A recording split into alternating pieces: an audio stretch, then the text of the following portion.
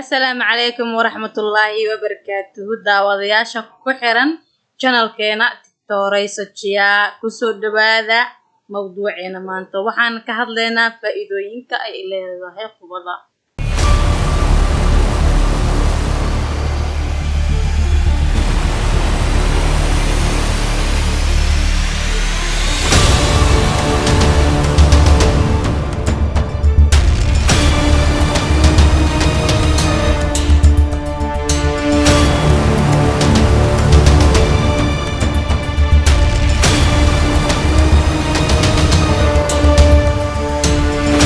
Khubada waxa ay ka mid tahay kheyraadka dabiiciga ah aan la kala lahayn ee Ilaahay ku maneystay badeena.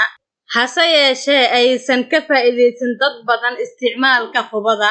Khubadu waxa ka faa'iideysta dadka aqoonta u leh iyo kuwa ka kalluumeysta iyo kuwa iibiyaba.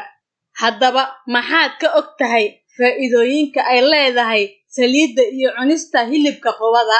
Haddaba halkan ayaan idinkugu soo gudbinayaa qaar ka mid ah faa'iidooyinka ay leedahay cunista hilibka iyo isticmaalka saliidda khubada. Haddaba marka la soo koobo faa'iidooyinka saliidda khubada waxa ugu muhiimsan kuwan soo socda. Lambar 1 waxay dejisaa gaaska caloosha. Lambar 2 waxay dejisaa neerfaha kacsan. Lambar 3 waxay tayeysaa shaqada neerfaha. Lambar 4 waxay fududeysaa qashin saarka caloosha. Lambar 5 waxay u wanaagsan tahay dhiigkarka iyo wixii la halmaala. Lambar 6 waxay yareysaa kolestaroolka ugu xun. Lambar 7 waxay tayeysaa maqaarka liita. Lambar 8 waxa aad ugu badan fitamiino, vitamin A, vitamin B6, vitamin B12 iyo zinc. Lambar 9 waxay xoojisaa hormoonka minada. Lambar 10 waxay yareysaa maskax daalka iyo murqo xanuunka. 11 waxay ka hortagtaa kansarka qaarkooda. Lambar 12 waxay jejebisaa qarowga iyo hurdo yarida.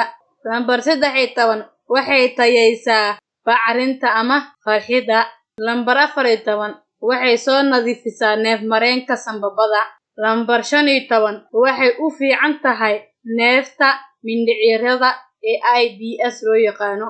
Waxay xoojisaa difaaca jirka iyadoo badisa tayada unugyada cadcad.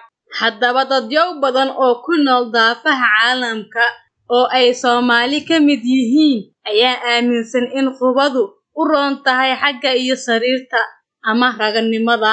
Khubada oo ah daawo dabiici ah oo Eebbe nagu maneystay ayaa aad ugu roon raganimada iyo dumarka hamiga yar, iyadoona ka qayb qaadata sare u qaadida raganimada iyo hamiyarada ku timaada dumarka, isla markaana ka dhigta kulanka sariirta mid xamaasad u leh lamaanaha Ilaahay isku maneystay.